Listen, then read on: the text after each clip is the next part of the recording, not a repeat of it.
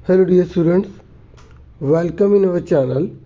आज मैं आपको जो पठन अभियान चल रहा है ना, उसमें मैं आपको एक्टिविटी शीट नंबर, जिसे हम हिंदी में गतिविधि पत्रक कहते हैं, ठीक है, वो करवाने जा रहा हूँ। और डियर स्टूडेंट्स, ये 33 नंबर की रहेगी और 6 से लेकर 8th क्लास सभी स्टूडेंट्स के लिए ये, ठीक है। और 25 फैब की है, SCERT के द्वारा इसे इशू किया जाता है, आप जैसा कि जानते भी हैं, ठीक है। और मैं आपको बता दूं, ये गणित विषय की रहेगी, हिंदी मीडियम स्टूडेंट्स के लिए रहेगी। अगर आप गणित की कॉपी में कर रहे हैं तो ठीक है, लेकिन अगर आप एक ही कॉपी में सारी वर्कशीट कर रहे हैं तो आप सब्जेक्ट गणित जरूर लिख दीजिएगा, और विद्यार्थी का नाम और शिक्षक या शिक्षिका का नाम हो तो आप लिखेंगे। मैं आपको और बता दूं कि इसमें टोटल आपके 3 क्वेश्चन है। एक ये रहा, फिर ये एक्टिविटी वाला है, ठीक है, दूसरा, ठीक है, और ये तीसरा है, ठीक है। और इसी के साथ जुड़ा हुआ ये क्वेश्चन भी है, तो 4 क्वेश्चन हम कह सकते हैं, ठीक है। समझ में आ गई। अब हम फटाफट एक क्वेश्चन करके इसको कर लेते हैं आंसर के साथ। उससे पहले थोड़ा समझ लेते हैं यहाँ पे क्या कह रहा है, ठीक है। आपके लिए प्रिंटेड फॉर्म में आंसर किए हैं, पहले एक बार समझ लीजिए। एक कक्षा में अध्यापक ने कुछ रंगीन प्लास्टिक की गेंदें एक टोकरी में डाली, ठीक है। ये अध्यापक जी हैं, इन्होंने क्या करा, रंगीन जो प्लास्टिक की गेंदें ना वो टोकरी में डाली। तो प्रभजोत, टीचर बोले प्रभजोत से टोकरी में से 4 गेंदें लाओ। तो प्रभजोत 4 गेंदें ले आया, 1 2 3 4, ठीक है।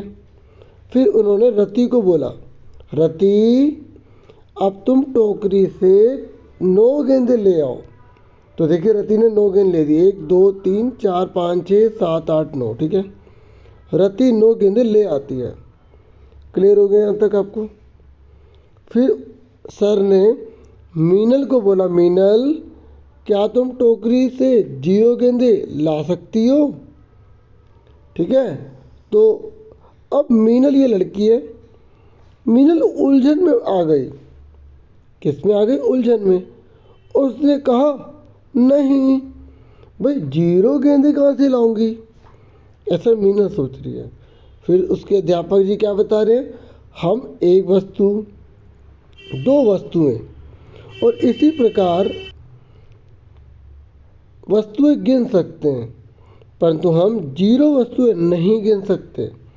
0 का अर्थ होता है किसी वस्तु की अनुपस्थिति, और इसलिए 0 को गिना नहीं जा सकता। मतलब 0 का मतलब वो चीज़ है ही नहीं, ठीक है। अब हम एक एक करके क्वेश्चन करेंगे। ये कह रहा है, जानने का प्रयास कीजिए कि आप अपनी मातृभाषा में 0 को क्या बोलते हैं। अपनी मातृभाषा में आप संख्याओं, अंकों को कैसे बोलते लिखते हैं, ठीक है, ये आपको बताना है। आंसर देखिए पहला क्वेश्चन आपका है, जानने का प्रयास कीजिए कि आप अपनी मातृभाषा में 0 को क्या बोलते हैं। देखिए क्वेश्चन नंबर आपका 1 है, ठीक है। समझ में आ गया आपको। अपनी मातृभाषा में आप संख्याओं, अंकों को कैसे बोलते लिखते हैं, तो 0 0 इसका आंसर आ जाएगा। मतलब 0 को कैसे लिखते हैं, इस तरीके से, और इसे क्या बोलते हैं, 0 बोलते हैं। क्लियर हो गया। अब आप देखिए दूसरा क्वेश्चन। अब हम करेंगे दूसरा क्वेश्चन, ठीक है। निम्न अनुसार तालिका को भरिए। देखो ए को 1 कह रहे हैं, बी को 2 कह रहे हैं, सी को 3 कह रहे हैं, डी को क्या कहेंगे, 4। इस तरीके से आप ABC लिखी हुई है, उसके आगे आप नंबर लिख देंगे। जैसे O 15 नंबर पे तो 15 आ गया, P 16 नंबर पे तो 16 आ गया, V 22 नंबर पे तो 22 आ गया, U 21 नंबर पे तो 21 आ गया, T 20 नंबर पे तो 20 पे आ गया, ठीक है। ये आपको टेबल पूरी बनानी पड़ेगी।